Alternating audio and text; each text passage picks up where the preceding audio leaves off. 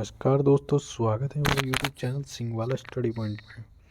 तो दोस्तों, आज उत्तराखंड की हम 5 क्लास लेके आए हैं दोस्तों, जिसमें आप उत्तराखंड के बारे में, कार्तिकेय राजवंश, कार्तिकेयपुर और कुनिंद वंश के बारे में जानकारी देने वाले हैं दोस्तों। तो इस वीडियो को स्किप नहीं करना है दोस्तों, वीडियो को लास्ट तक देखना है। वीडियो थोड़ा लंबा होने वाला है, ठीक है। इसमें आज मैं कुनिंद राजवंश के बारे में, जैसे मैंने पिछली वीडियो में तो आपको दिया है, थोड़ा सा इसके बारे में आज फिर जान लेते हैं, ठीक है दोस्तों। इससे ये चैप्टर क्लोज हो जाएगा, ठीक है।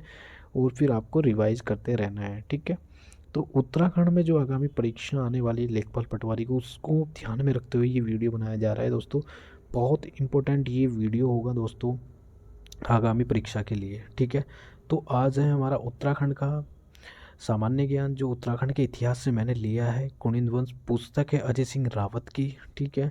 और उसमें फैक्ट कुछ वन लाइनर के भी मिलेंगे और परीक्षा वाणी के भी साथ साथ मिलेंगे दोस्तों आपको। तो वीडियो को स्किप नहीं करना है दोस्तों। वीडियो अच्छी लगे तो लाइक और शेयर ज़रूर करना है दोस्तों के साथ। तो चलते हैं दोस्तों अपने टॉपिक की ओर। जी,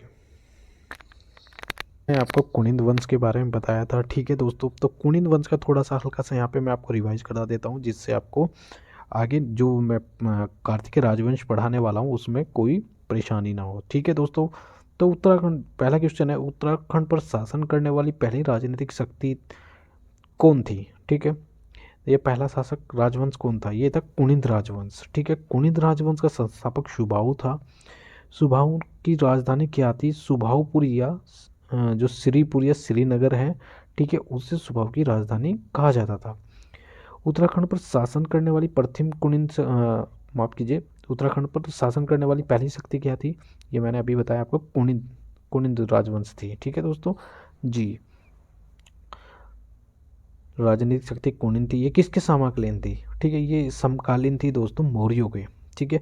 उत्तराखंड पर जो प्रथम राजनीतिक शक्ति थी वो किसके समकालीन थी, ये मौर्यों के समकालीन थी दोस्तों, ठीक है।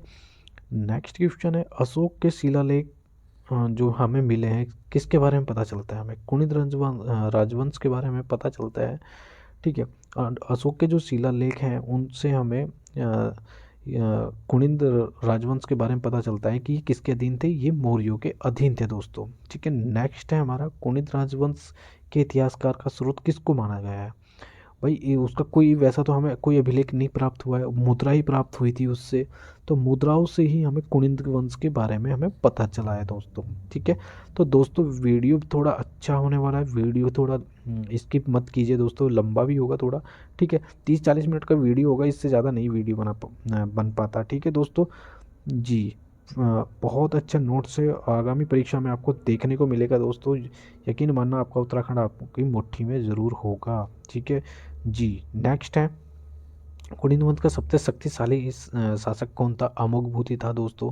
ये सबसे शक्तिशाली शासक था कुनिंद राजवंश का, ठीक है। जी, अमोघभूति को सर्वशक्ति शासक कहा जाता था। जी, अमोघभूति को ही कहा जाता था। कुनिंद वंश का स्वर्णकाल किसके काल को कहा जाता है, ये अमोघभूति को ही कहा जाता है। इसके जो अमोघभूति है, इसने यहाँ पे अच्छे अच्छे काम किए थे, ठीक है। ये इन्होंने अपनी मुद्राएं भी चलाई थी, ठीक है दोस्तों, जो 3 प्रकार की थी, जो आगे मैं आपको बताने वाला हूँ, ठीक है। जी, कुनिंद वंश का स्वर्णकाल किसे कहा जाता है, अमोघभूति जी को ही कहा जाता है, ठीक है। नेक्स्ट है, कुनिंद वंश में कितने प्रकार की मुद्राएं थी, भाई 3 प्रकार की मुद्राएं थी। अल्मोड़ा प्रकार की, अमोघभूति प्रकार की और छत्रवेश्वर प्रकार की। अल्मोड़ा प्रकार की जो मुद्रा है उनके बारे में मैं आपको बताऊंगा, इसमें खरोष्ठी लिपि का वर्णन है, ठीक है। जी, और दिवलिपि का भी प्रयोग हुआ है इन मुद्राओं के अंदर, ठीक है। अमोघभूति प्रकार की मुद्रा में दिवलिपि का प्रयोग हुआ है, ठीक है। जी, और छत्रवेश्वर प्रकार की जो मुद्रा है उसमें त्रिशूल प्रकार की, जो त्रिशूल है जो हमारे शिव के आकार की मुद्रा है, उसका वर्णन हुआ है, ठीक है। जी, इन मुद्राओं में मर्ग का चित्रण है, और हमारे जो सरस्वती हैं उनका भी वो हुआ है, ठीक है। जी, तो आगे मैं आपको बताने वाला हूँ क्या है, ठीक है। उत्तराखंड का पहला राजवंश जिसकी हमें मुद्राएं प्राप्त हुई थी वो था कुनिंद राजवंश था, ठीक है दोस्तों, याद रहेगा। क्वेश्चन कैसे बन के आएगा, उत्तराखंड का पहला राजवंश जिसकी हमें प्राचीन मुद्राएं प्राप्त हुई थी वो कौन सा वंश था, ठीक है। उसमें 4 ऑप्शन दे देगा, चंद्रवंश, पंवार वंश, ठीक है, कुनिंद राजवंश, ठीक है, और तुम्हारा इनमें से कोई नहीं है, ठीक है। तो वहाँ पे आपको कुनिंद राजवंश जो हमें जिसकी हमें पहली मुद्राएं प्राप्त हुई हैं, ठीक है जी। किस राजवंश की मुद्रा ख्रोष्ट व ब्रह्मलिपि का प्रयोग किया गया? भाई कुनिंद वंश की जो मुद्राएं थी उन पे ही ख्रोष्टी और ब्रह्मलिपि की लिपि का प्रयोग हुआ था, ठीक है दोस्तों जी। कुनिंद वंश की मुद्रा में द्वीलिपि मुद्रा का प्रयोग हुआ है, ठीक है, मैंने अभी बताया आपको जी। नेक्स्ट है, अमोघ भूति ने किस प्रकार की मुद्रा चलाई थी? अमोघ भूति ने जिन पे लक्ष्मी और मर्ग के चित्र थे, ठीक है, याद रखोगे जी। लक्ष्मी और मर्ग के चित्र किसकी मुद्राओं पर चिन्हित थे? तो दोस्तों ये थी अमोघ भूति प्रकार की जो मुद्राएं थी, ठीक है जी। नेक्स्ट है, उत्तराखंड में किस शासन को स्वर्ण युग के रूप में जाना जाता है? कत्यूरी राजवंश को, ठीक है दोस्तों जी। तो दोस्तों वीडियो कैसा लगा है दोस्तों आपको? ये वीडियो जो हम अभी आपको रिवीजन करा रहे हैं दोस्तों, रिवीजन करा रहे हैं, तो ये आपको हेल्पफुल होगा दोस्तों, ठीक है जी। तो दोस्तों थोड़ा वीडियो में थोड़ा मिशिंग भी हो जाता है, तो उससे वीडियो को स्किप मत किया करो दोस्तों, वीडियो को पूरा देखा करो, ये आपके लिए ही बनाया गया है, ठीक है। चलिए नेक्स्ट पे, कुनिंदों के अतिष्ट देवता थे वो कौन थे? शिव, ठीक है, भगवान शिव, ठीक है जी। नेक्स्ट है, कुनिंदों की जो 3 प्रकार की मुद्राएं थी वो कौन कौन सी थी? जी मैंने अभी पीछे बताया आपको, अल्मोड़ा प्रकार की, अमुकभूति प्रकार की, छत्रवेश्वर प्रकार की। इन मुद्राओं पर त्रिशूल, जो छत्रवेश्वर प्रकार की मुद्राएं थी उसमें त्रिशूल जो घाटी है उसकी वो मुद्रा है, ठीक है जी, त्रिशूल प्रकार की दिखा रखी है जी। कालसी के शिलालेख किससे संबंधित थे? भाई वो अशोक से संबंधित थे, ठीक है। तो ये कब आए थे? 256 ईसा पूर्व, ठीक है जी। चलिए दोस्तों नेक्स्ट है हमारा, विशिष्ट गुफा व विशिष्ट कुंड कहाँ स्थित है? ये टिहरी में स्थित है। जो विशु नामक पर्वत है उस पर स्थित है दोस्तों। ये क्वेश्चन कई बार एग्जाम में पूछा गया है, यूके ट्रिपल एस सी का बहुत फेवरेट क्वेश्चन है, ये हर बार एग्जाम में पूछा जाता है। विशिष्ट गुफा व विशिष्ट कुंड कहाँ पे स्थित है? ये विशु नामक पर्वत पर स्थित है जो टिहरी में स्थित है, ठीक है। नेक्स्ट है, कुनिंद वंश की जानकारी के स्रोत के बारे में हमें कैसे पता चला? तो ये हमें पता चला था महाकाव्य या महाभारत से, ये अष्टधाई प्रतिनिधि द्वारा, ठीक है। महाभारत के पूर्व में कुनिंदों को के जो कुनिंद थे, ठीक है, उनके शब्दों का प्रयोग हुआ है, दीव शब्द का प्रयोग हुआ है दोस्तों उसमें, ठीक है जी। तो दोस्तों थोड़ा वीडियो लंबा होने वाला है जी। और ये दीव कौटिल्य अर्थशास्त्र में किसका वर्णन मिलता है? कुनिंद राजवंश का हमें वर्णन मिलता है दोस्तों, ठीक है। तो दोस्तों वीडियो कैसा लग रहा है आपको वो ज़रूर बताना है आपको कमेंट में, ठीक है। विदेशी लेखन टाल्मी के कुनिंदों के राज्य का उल्लेख किया गया था, इसका विस्तार किस क्षेत्र से है? ठीक है, जो टोमी लेखन है उनने माफ़ कीजिए दोस्तों एक सेकेंड, लेखक टाल्मी के कुनिंदों के राज्य का उल्लेख किया है तथा इनका विस्तार क्षेत्र कहाँ है? गंगा सतलज यमुना का उद्गम क्षेत्र है, ठीक है दोस्तों जी। कुनिंद वंश के अभिलेख कितने प्रकार के हैं? ये 5 प्रकार के हैं, 4 जो भरभूत प्रकार के, एक मथुरा से हमें प्राप्त हुआ है दोस्तों, ठीक है। अमोघ भूति की जो मृत्यु के पश्चात उत्तराखंड पर किस शासन का अधिकार हो गया था? कौन किसने अधिकार किया था? भाई अमोघ भूति के प्रकाश की, जो कुनिंद का जब धीरे धीरे पतन हो रहा था तो शकों का उत्तराखंड पे राज होने लगा, ठीक है। कुनिंद वंश किस प्रकार का राजवंश था? ये प्राकृतिक गुर्जर शिव के उपासक थे ये, ठीक है। भरत संहिता में कुनिंद के लिए किस शब्द का प्रयोग हुआ है? जो जो भरत संहिता है जी, तो उस पुस्तक में उनके लिए कुनिंद के लिए एक कोनिंद शब्द का प्रयोग हुआ है, ठीक है। भरत संहिता के कुनिंद के लिए जो एक पुस्तक होती है जैसे हम पढ़ते हैं, ठीक है, तो भरत संहिता में इनके लिए कोनिंद शब्द का प्रयोग हुआ है, ठीक है दोस्तों। कुनिंदों की मूल भूमि क्या थी? यमुना नदी का क्षेत्र था कुनिंदों का, ठीक है दोस्तों जी। तो दोस्तों इम्पोर्टेंट नोट्स बनाए हुए हाथों द्वारा, ठीक है, तो बिल्कुल आपको देखने को परीक्षा में ज़रूर मिलेगी, यहाँ से 3-4 क्वेश्चन जरूर निकल के आते हैं हर परीक्षा के अंदर से, ठीक है दोस्तों जी। उत्तराखंड में शकों की जानकारी हमें कहाँ से प्राप्त होती है? भाई जो शक आए थे, शकों का जो शकों की हमें वो मिलता है, प्रमाण मिलता है, वो मिलता है सूर्य मंदिर, ठीक है, सूर्य की प्रतिमा से। शक सूर्य के उपासक थे, ठीक है दोस्तों जी। कुनिंद राजवंश के अधीन कौन थे? योद्धे राजवंश थे, ठीक है, अंदुबर राजवंश थे, ठीक है। और एक सूर्य प्लेठी का सूर्य मंदिर कहाँ स्थित है? ये टिहरी के अंदर है, ठीक है दोस्तों जी। नेक्स्ट है दोस्तों हमारा, कटारमल मंदिर का निर्माण किस शकों ने कराया था? भाई शक, जो शक थे, शक संवत था, ठीक है, उन्होंने ही कटारमल सूर्य मंदिर का निर्माण कराया था। कौन सी नदी के पास स्थित है कटारमल मंदिर? ये अल्मोड़ा में स्थित है दोस्तों, कोशी नदी के पास स्थित है, और सूर्य भगवान को समर्पित है ये मंदिर, ठीक है दोस्तों। और इसका निर्माण कराया था जो शक शक राजा था, राजा कटारमल द्वारा, ठीक है जी। यहीं से हमें सूर्य भगवान का और शकों का प्रमाण मिलता है दोस्तों, ठीक है, सूर्य मंदिर से।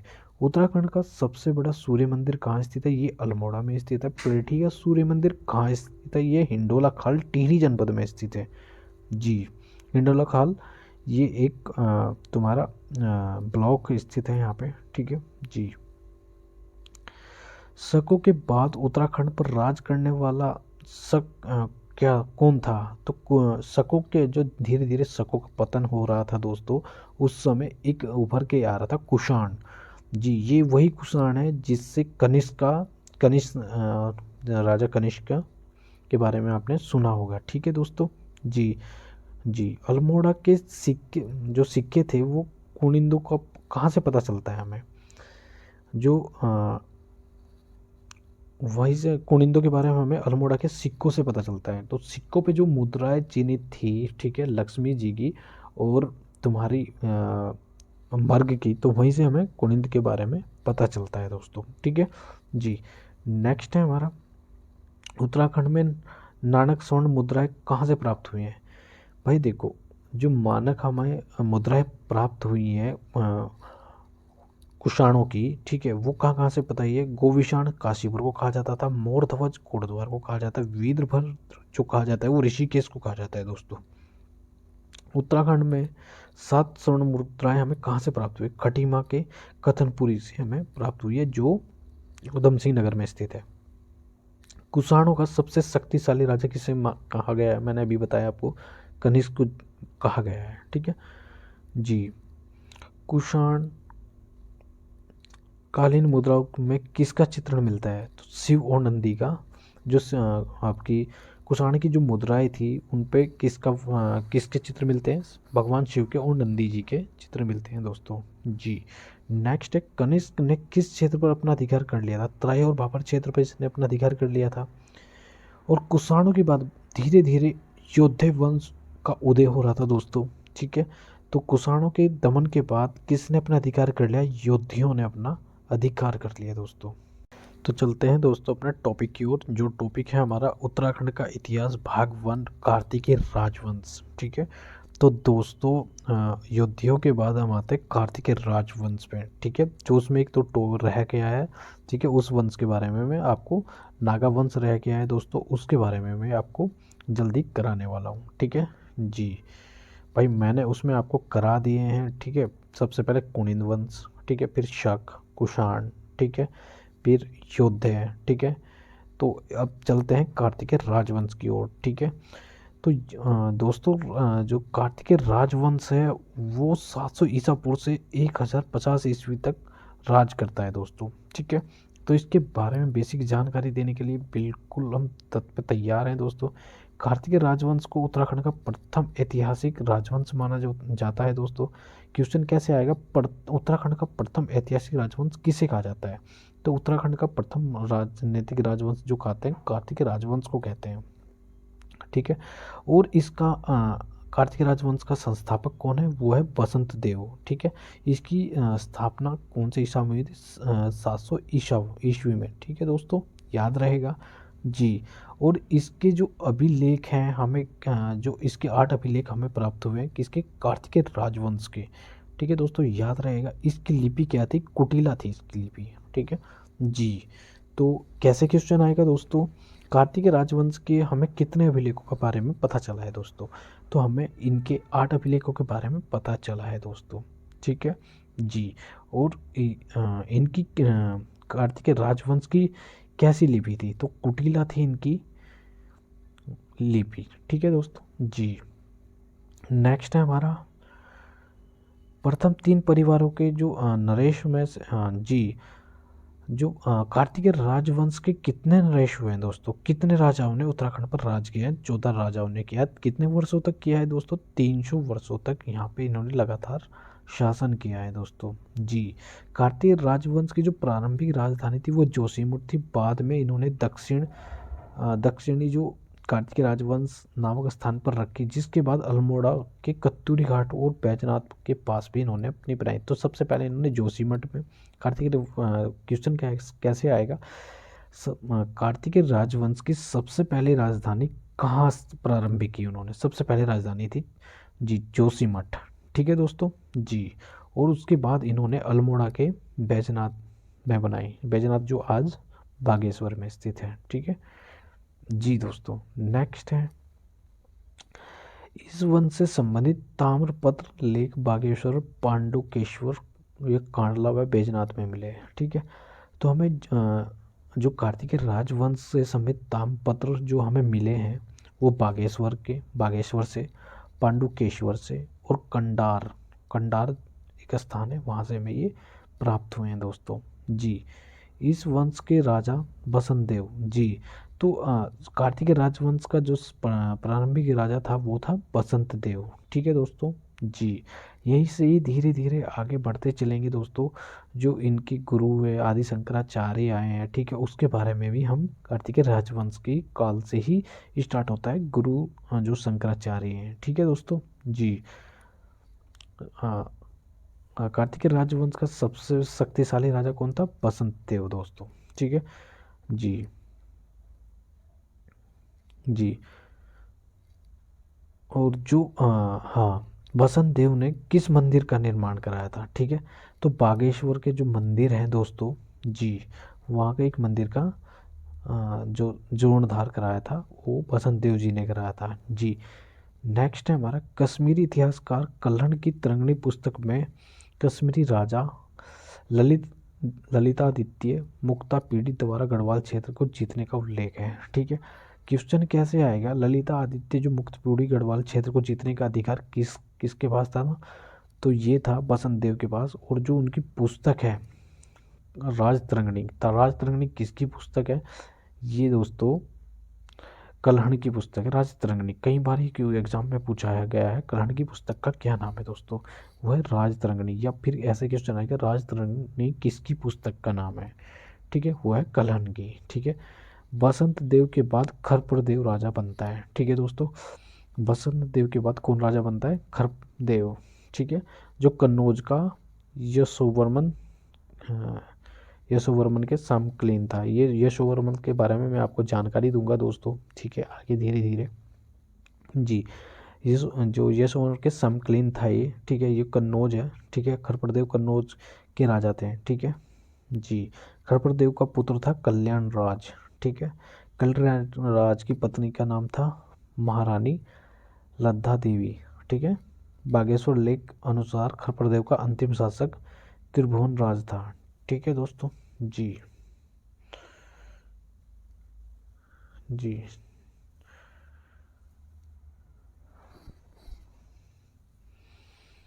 चलिए दोस्तों, माफ कीजिए, इस शासन की जानकारी लोक गाथा व जागर से मिलती है। ठीक है, इनकी एक ही जो हमारा कार्तिकेय राजवंश है, ठीक है, उसके बारे में हम आपको ये बता रहे हैं दोस्तों। ठीक है, तो इसमें सबसे पहले है जी जो नंदा के अनुसार अभिलेख हैं दोस्तों, माफ कीजिए। ठीक है जी, के अनुसार बंगाल पाल शासन धर्मपाल ने गढ़वाल पर आक्रमण किया। जो नंदा अभिलेख के अनुसार बंगाल के जो शासक होते हैं धर्मपाल जी, उन्होंने गढ़वाल पर पहला आक्रमण किया। कार्तिकेय राजवंश में जो द्वितीय परिवार का संस्थापक था वो था निम्बर देव। ठीक है, निम्बर शैव धर्म का था। ठीक है, शैव धर्म का था ये। और निम्बर के बाद इसका पुत्र इष्टगण शासक बनता है। ठीक है दोस्तों, इष्टगण देखते हैं, इष्टगण बहुत अच्छे अच्छे काम किए हैं दोस्तों।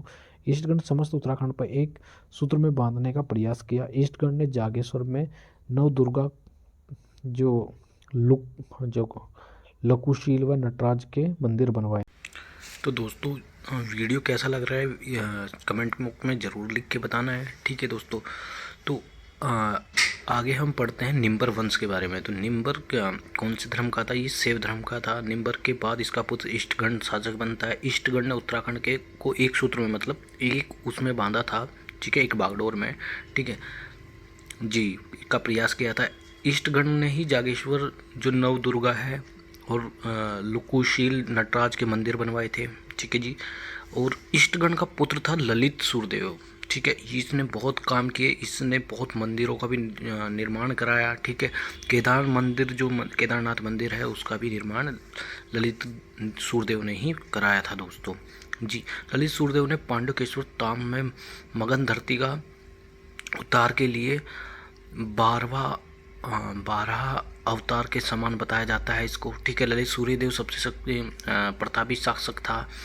और बैजनाथ मंदिर का निर्माण जो इनका पुत्र था भूदेव उसने कराया था। भूदेव कौन से धर्म का विरोधी था? ये बौद्ध धर्म का विरोधी था। इसके तापक्रम में ललित सूर्यदेव को से प्राप्त हुए हैं।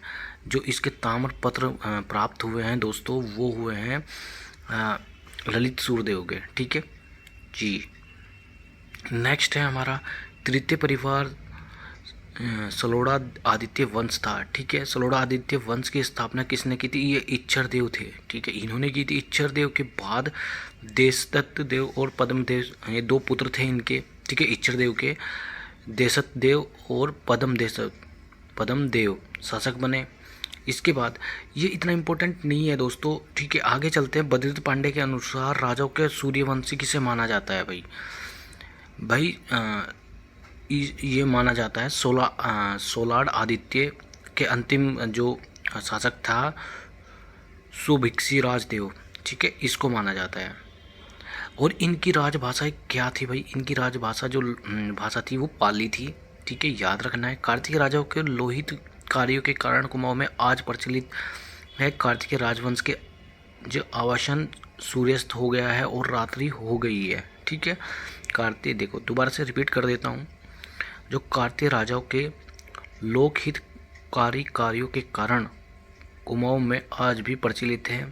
कार्तिकीय राजवंश के अवशासन पर सूर्य अस्त हो गया है और रात्रि हो गई है। कार्तिकीय राजवंश के शासनकाल में आदि गुरु शंकराचार्य का आगमन हुआ। ये हुआ था गुरु शंकराचार्य का आगमन जी 800 ईस्वी में, ठीक है। और इन्होंने आदि शंकराचार्य जी ने जो अपना केदारनाथ में अपना देह त्याग दिया था 820 ईस्वी में, उस समय इनकी आयु थी 32 वर्ष, ठीक है दोस्तों, याद रखना वेरी इंपॉर्टेंट है। और अभी हाल ही में मोदी जी ने जो आदि शंकराचार्य की एक समाधि का को स्थापित किया है, ये केदारनाथ मंदिर के जस्ट बिल्कुल सामने किया है दोस्तों, ठीक है। एक वहाँ पे कुंड है, उसी के पास इसको स्थापित किया गया आदि शंकराचार्य की मूर्ति जी को, ठीक है जी। आदि गुरु शंकराचार्य आदित्यवाद के दार्शनिक थे, ठीक है। आदि शंकराचार्य ने पूरे भारत में 4 मठों की स्थापना की, ज्योतिष मठ, पुरी और श्रृंगेरी और द्वारिका, ठीक है। द्वारिका वेरी इंपॉर्टेंट है, ज्योति मठ भी बहुत इंपॉर्टेंट है, कई बार परीक्षा में पूछा गया है। आदि शंकराचार्य का जन्म केरल के कलाड़ी में हुआ था। ये चैर राज्य के अंतर्गत आता था, ठीक है। आदि गुरु शंकराचार्य के गुरु कौन थे? ये थे गोविंद स्वामी जी। आदि गुरु शंकराचार्य के पिताजी कौन थे? भाई ये थे शिव गुरु व माता सुभद्रा थी, ठीक है भाई, याद रखना है, पूछा जा सकता है, ठीक है, कि उनकी माताजी का क्या नाम था आदि शंकराचार्य का? ये था सुभद्रा, ठीक है। और पिताजी का क्या नाम था? उनके पिताजी का नाम था शिव गुरु। जनश्रुति के अनुसार कत्यूरी वंश का संस्थापक वासुदेव था, ठीक है। बागेश्वर लेक में कत्यूर नरेश का नाम वसंत देव मिला है दोस्तों। तो कैसी लगी आपको हमारी ये क्लास? तो आज टॉपिक यहीं तक रखते हैं, इसका नेक्स्ट भाग हम देखेंगे कल 9 बजे, ठीक है दोस्तों। तो मिलते हैं अपनी नेक्स्ट वीडियो के साथ, तब तक के लिए अपना ध्यान रखिए और तैयारी को मजबूत करते रहिए दोस्तों, ठीक है। और आगे हम पढ़ेंगे कार्तिकेय राजवंश की अगला ठीक है। और मैं कल अपने हाथ से नोट्स बनाए हुए, क्योंकि इसमें क्या है, ये वन लाइनर और अजय सिंह रावत की जो बुक है इसमें आपको अच्छे से स्टिक समझ में नहीं आता है। ठीक है, मैं अपने हाथ से नोट्स बनाई हुई वीडियो को कल मैं प्रस्तुत करूंगा दोस्तों आपके सामने, जिससे आपको स्टेप बाय स्टेप अच्छे से समझ में आएगा। एक कहानी की तरह हम उसको पढ़ते हुए चलेंगे आगे। ठीक है, तो मिलते हैं कल अपनी नेक्स्ट वीडियो के साथ। तब तक के लिए अपना ध्यान रखिए। Thank you for watching. धन्यवाद दोस्तों।